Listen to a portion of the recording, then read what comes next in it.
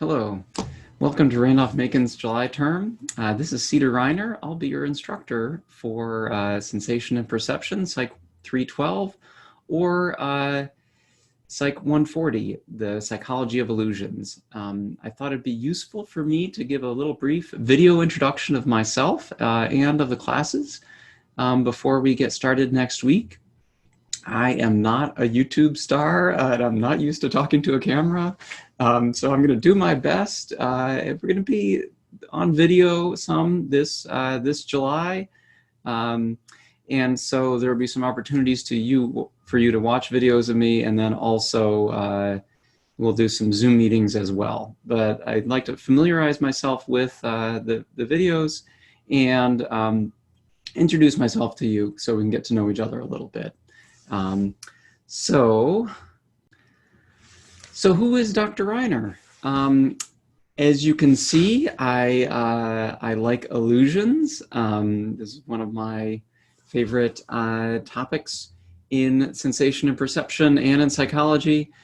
This illusion here is that even though these blue circles look to be spirals, they're actually circles. I'm going to move my cursor, my hand cursor, and you'll see it's not getting closer to the middle. It's just going around in a circle. But the way that this image is made, it makes your eyes think that they are spirals. Part of what we're going to be talking about this July is how what your eyes see and what your mind tells you your eyes see is not always what's there. That will be a theme for both the illusions class and the sensation and perception class. Okay, I like to play with Photoshop. Here's another example of that you'll get to see how your eyes kind of construct the world that you see. So if you look at this picture of me made up of lots of other pictures, it especially works if you squint or if you step away from your computer or phone and still look. So if you squint, you can see it's even the picture of me comes into more focus when you squint, oddly enough. So again, a fun illusion. Again, an introduction to myself as a nerd who likes to play with Photoshop and play with images. Okay, personal history, early portrait of the nerd that I have grown up to be. This is my 6th grade science fair project.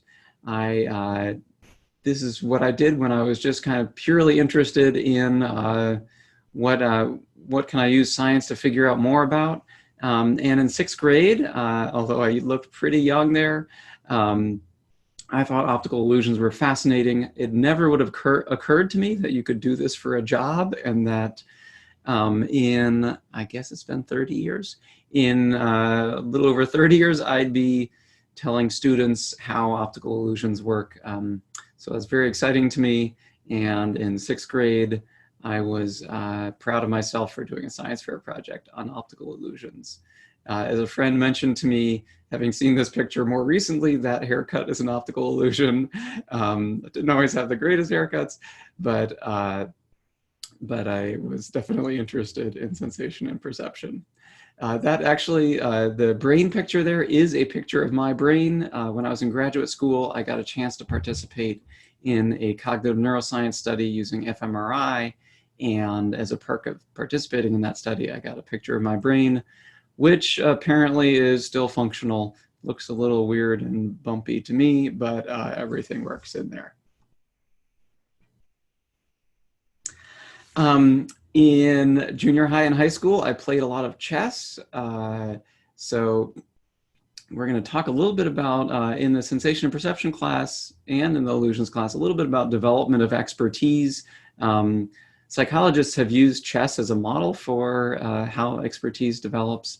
And I played a lot of chess with my friends, and on the chess team there, the yearbook saw fit to describe us as having artful moves. Pretty corny. There I am wearing my my sweater there that my friend also says is an optical illusion. Also in junior high and high school, I played baseball and soccer. There you can see with my summers, I often was a camp counselor at a soccer camp, and there I am pitching baseball, wearing Woodrow Wilson, where I went to high school in DC, that uniform. All right, when I went to college, my first semester in college was actually quite a rough transition for me. Classes were more difficult than I thought they would be, and things that I thought I was interested in turned out not to be as interested in. The one class I took my first year in college, which really was interesting to me, was how science and society relate in the 20th century. So we looked at science and society in the 20th century. And because of that class, I became a history of science major. I was also very interested in psychology, so I took psychology and history of science. And that kind of gives me a historical view on some of the topics I'm going to be talking about, which I think is very valuable for a scientist. There is me and my dad on my first day of college. Some of you, this is your first time in college, and I know it's different that you're having it all online. I am going to make an effort to kind of get to know you a little bit better and help you get to know me as a person, as well as get to know this content and get introduced to college and what college is going to be like. After college, I was interested in psychology and psychiatry. I was thinking about going back and getting my pre-med requirements taken care of so that I could go to medical school. But first, I was a psychiatrist assistant to see if I really wanted to be a psychiatrist. I did not last very long in that job, about 6 months. It was not very exciting to me and kind of dreary.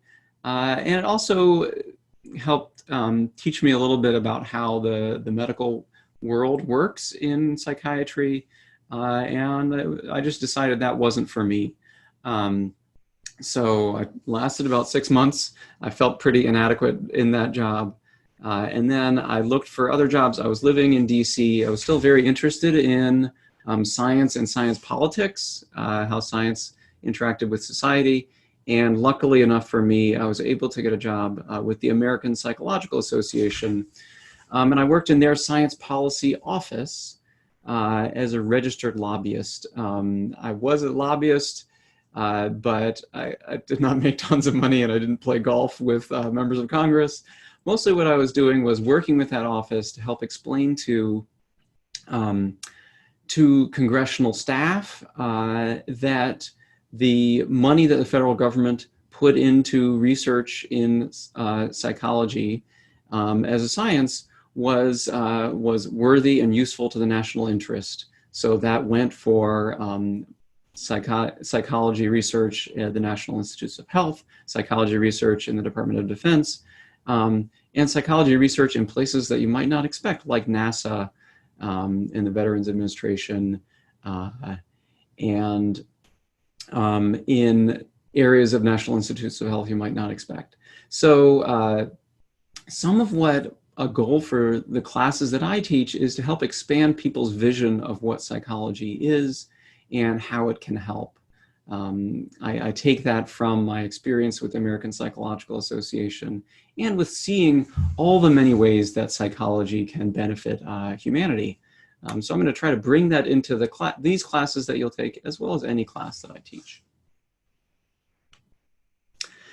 After a couple of years at the American Psychological Association, I decided that I needed to get more experience and more training in psychology. So I went to get my PhD in psychology as a graduate student at the University of Virginia.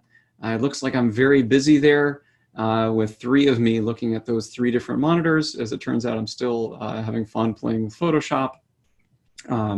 Looks like I'm very busy looking at graphs and things like that. I did definitely do that as well. Got training as a research scientist in psychology, in cognitive psychology. My wife and I started a family along the way, as you can see there. When I graduated, we had 3 young children. As you can see, I was very, very happy to be graduated down here after 7 years in my PhD program. So there's my twin boys, who are now high school seniors, and my daughter was a couple months old at that time. She's entering 8th grade now. Okay. Academic interests. So now I am a professor of psychology here at Randolph-Macon, and I'm interested in a number of different things. My main academic interests are in basic processes of perception. We're going to be talking a lot about those this July in your courses. The perception of spatial layout in the natural world. How far away are things from us? And how steep are hills? This seems like a very obvious thing that we just see and is immediately apparent to us. As it turns out, there's a lot going on in your mind, between your eyes and brain, in your visual system, to help tell you how steep a hill is and how far away something is. I'm also very interested in illusions. This is one of my favorite illusions. I'll be saying that a lot. I have lots of favorites. So this is one of my favorite illusions in that spiral. Those are actually spirals, but there are 3 colors in that image. Pink, orange, and one other color. I'll prove that to you probably a little bit later in the semester, but the things that look green and the things that look blue, that is actually just one color. I'm also very interested in taking what we know about cognitive science, about the science of memory, the science of learning, even science of motivation, and applying that to educational settings. So applying that to help us be better teachers and help students be more effective students. We know some about science of how we learn, and I think that can be applied to educational settings. I'm also very interested in public science outreach and taking what we know about science and taking it out to the public. There you see an image that's clearly from the before times. That is in a bar in Richmond, and there's a program called Science Pub RVA, in which I took part a couple times and explained illusions and explained some topics in psychology for people while they had a drink at a bar. And I thought that was really cool and exciting, and sharing the wonders of science with the public. Personal interests, there's my family, all grown up. Me with a great shirt that my family gave me last Father's Day. And I live right here in Ashland, not too far away. So my personal interests are definitely my family, spending time with my family. I'm also very interested in local government and local government service. So I had a long term on the Parks and Rec Committee for the town of Ashland, and there I am, the town council chambers. And so I've helped with advising and designing parks and recreation experience for the town of Ashland. Right now I'm on the board of the local YMCA. So I think service is a really important part of being an engaged citizen, and I try to do that as well. So that's a little bit about me. I'm going to stop share. Great. And thank you so much for paying attention. And I hope to learn more about you. One of the difficulties with the online learning here, and I think we'll be coping with limited face-to-face instruction for a little while now. One of the difficulties is getting to know each other face-to-face. And so I'm going to make more of an effort to do that through video this July. As you can see, I'm no YouTube star. I'm not that familiar. You'll see my eyes darting from the camera to the image on the screen.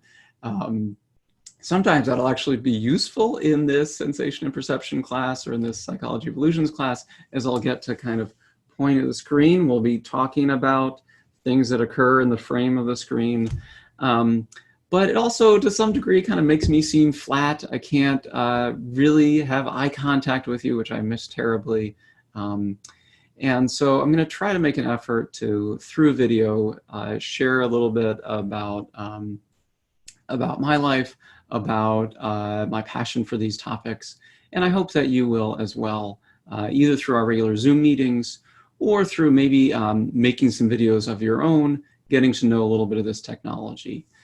So thanks for your attention, and I look forward to meeting you virtually soon.